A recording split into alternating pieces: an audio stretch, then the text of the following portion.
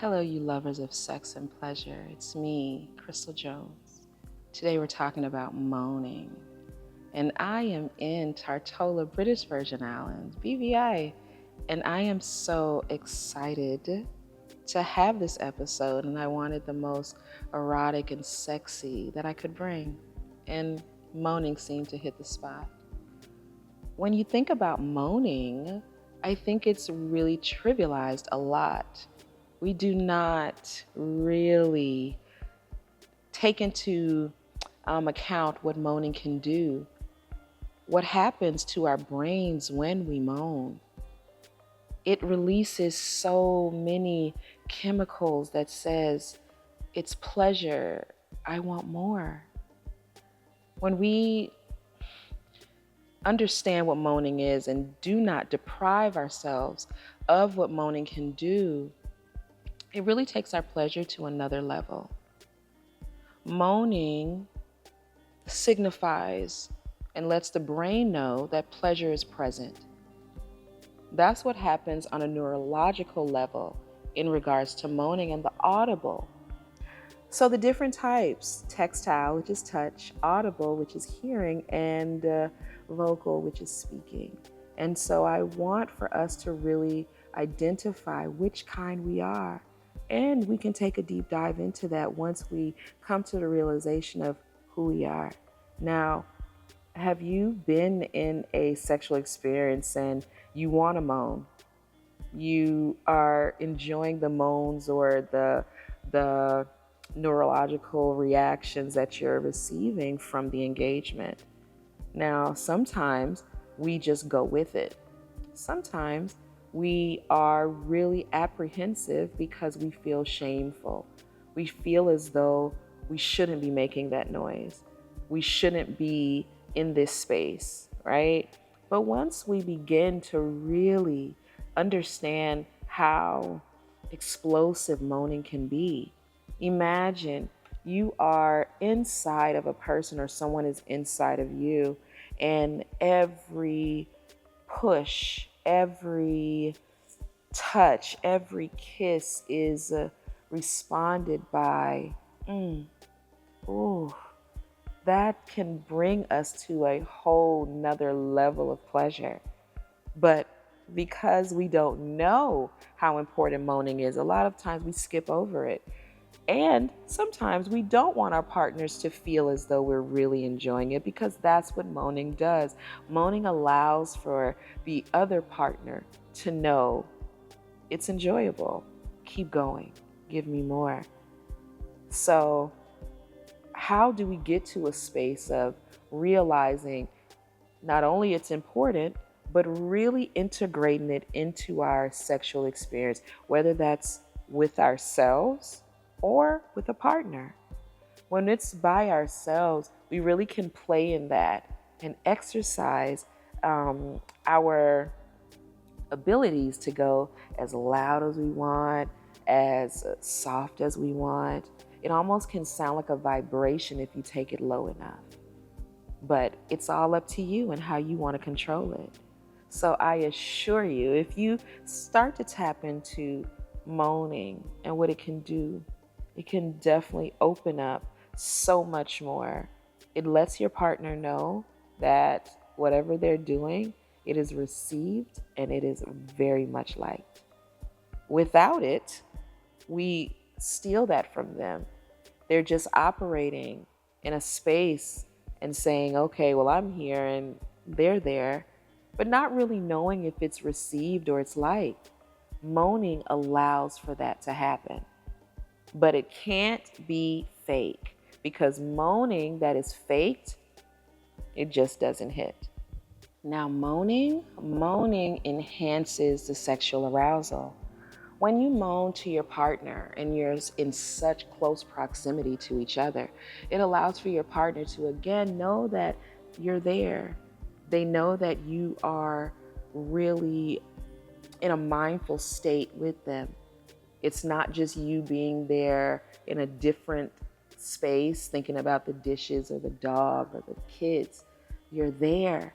That moaning lets your partner know that you and the pleasure have arrived. and you are willing and able to continue on that arousal. Now, the neurons in our brains, when the moaning happens, lets the partner get into that, and you create an erotic loop. So you're giving off that energy. They're taking in that energy and giving it back to you. And the more you continue to do that, and the more you moan, and the more you get in sequence with breath, because that's what it is, some magic can really happen. So I want you in this space to just, for a minute, just take a deep breath. And when you take that deep breath, I want you to pay attention to your pelvic floor. Whether you are a male or a female, you have genitals or genitalia, I want you to really pay attention to it. So on the count of 3, I want us to take in a deep breath, paying attention to our pelvic floor. What that means is you clench it in a little bit and release it. We're not going to do it too fast, because doing it too fast can make you very lightheaded. But when we do it intentionally, we begin to bring pleasure to that space. So on count of 3, I want us to do it. 1, 2, 3. In the nose, out the mouth. In the nose again, and out the mouth. Be sure to pay attention to your pelvic floor.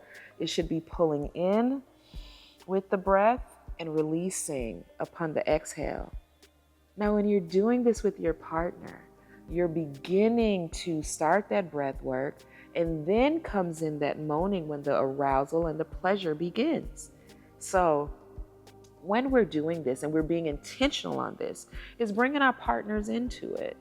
It does feel awkward. I will assure you, it'll go away. But when we begin to realize that those things are there, it allows for the pleasure and the arousal to really start revving up. So when we start doing that, and you're intentionally just allowing your body to do whatever it's going to do in terms of moaning, it happens so natural, so seamless. Your partner, again, knows you're there. Your partner is going to appreciate, because they know that the pleasure is there, and you're receiving it, and you're enjoying it, and you want more. Don't cheat yourself of that. There's been so many clients I've had that have said, I don't know how to moan. I don't even worry about that. I just go through the experience. But you're cheating yourself. Moaning allows you to take it to the next level, but it does feel like free falling off of a cliff sometimes, because you're not worried about how you sound, because moaning, concerned with how you sound, is very fake, and it comes off very staged, almost like porn. You want it to feel seamless. You want it to feel very connective. You want that. You want it to feel a little weird at first for you. You don't have to be weird with your partner. You can be weird with yourself. Everyone has a mirror. And when you tap into that mirror, when you take advantage of that mirror and all that it gives, it's going to give you that picture. You're going to see your neck elongated because your mouth and your face is protruded upwards in pleasure. You're going to forget that you have dishes to do. The kids are calling. You're going to forget about the dog. You're going to forget about all of that, because you are present with your partner in this exchange of vocal energy. So when we exchange in this non-verbal communicative, conversation with one another, it takes our sex life, our sexual experience to a whole nother level, leaving nothing behind. When we let those inhibitions go, because it's hard. I understand, because a lot of times we think when we are moaning, we might sound strange, or you might think it's not landing well, or you might think it's not what good girls do. We have to let all of that go. There is no inhibitions in there. Everybody, it's almost like you're freeballing. You cannot be in a space of, what does this person think? The only thing that matters is your pleasure and you getting the most of it that you can out of every sexual experience that you engage in. Moaning is our erotic expression. It can go as far as you want it to go, as deep as you want it to go.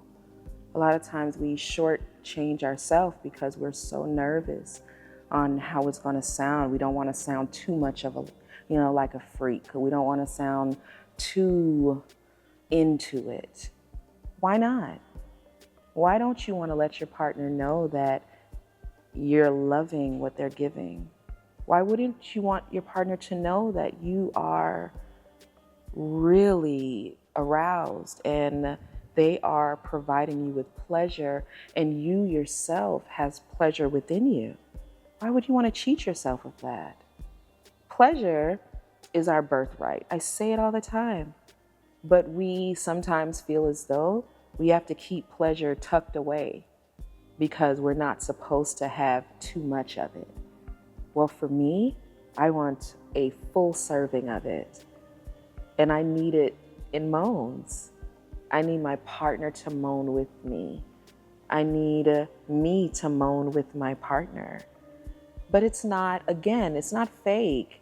I'm giving you what my body is producing because I am in such an arousal state that I don't care. I don't care how I sound. I don't care how I look. All I want is the pleasure to be recognized, to be heard, to be felt. Moaning allows for us to sometimes feel very vulnerable.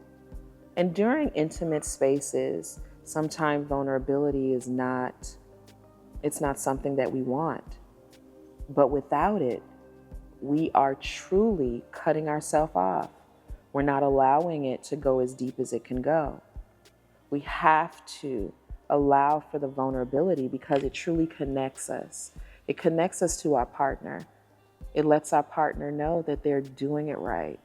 It builds confidence, not only within ourselves, but for our partners. It's one thing to know as a partner that, yeah, my partner likes it. But when you moan, they know you love it. And the more you give it to them, the more it's received and the more they can give to you. Moaning is more than just pushing breath out of our body.